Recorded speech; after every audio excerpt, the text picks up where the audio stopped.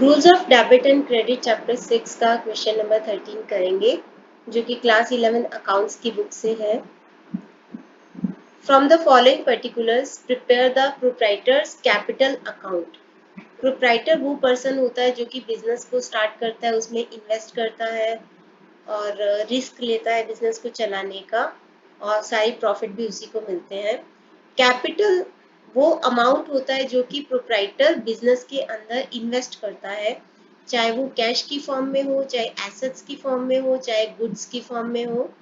जैसे सपोज कि अगर किसी को टैक्सी सर्विस का बिजनेस शुरू करना है, अगर वो अपनी पर्सनल कार इन्वेस्ट कर देता है, ऐसे एसेट हो गया, तो कार इन्वेस्ट करता है तो वो भी कैपिटल का ही एक पार्ट है।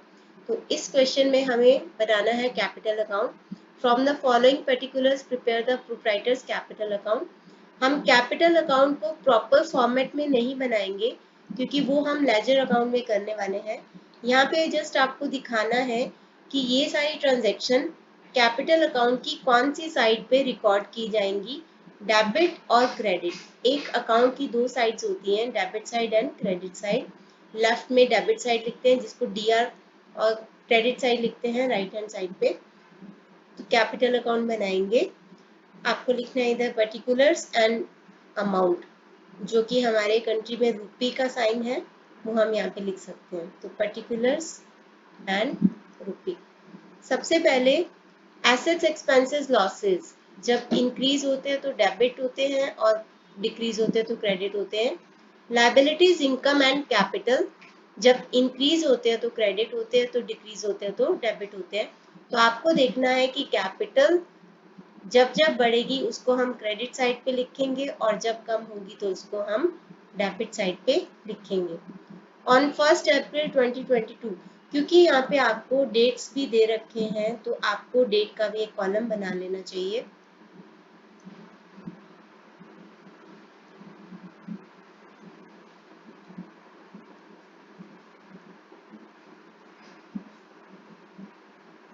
डेट पर्टिकुलर्स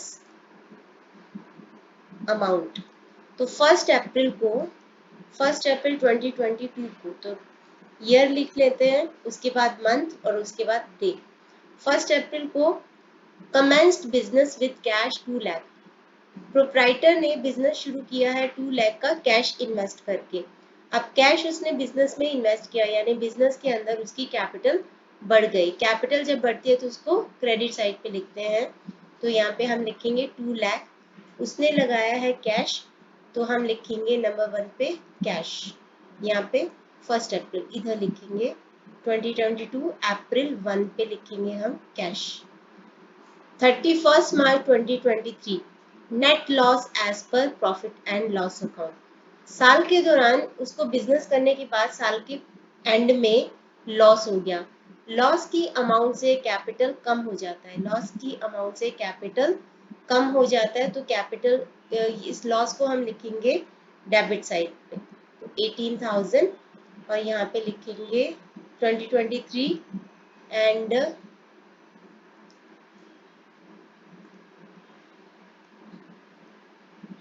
मार्च 31, यहाँ पे लिखेंगे नेट लॉस 18,000। अब है 31 March 2023 drawings during the period 15,000। साल के दौरान उसने ड्राइंग्स किया। ड्राइंग्स का मतलब होता है कि अगर प्रोप्राइटर बिजनेस में से कैश, एसेट्स या गुड्स को अपने पर्सनल यूज के लिए लेके जाता है, पर्सनल यूज के लिए यूज करता है, तो उसको बोला जाता है ड्राइंग्स।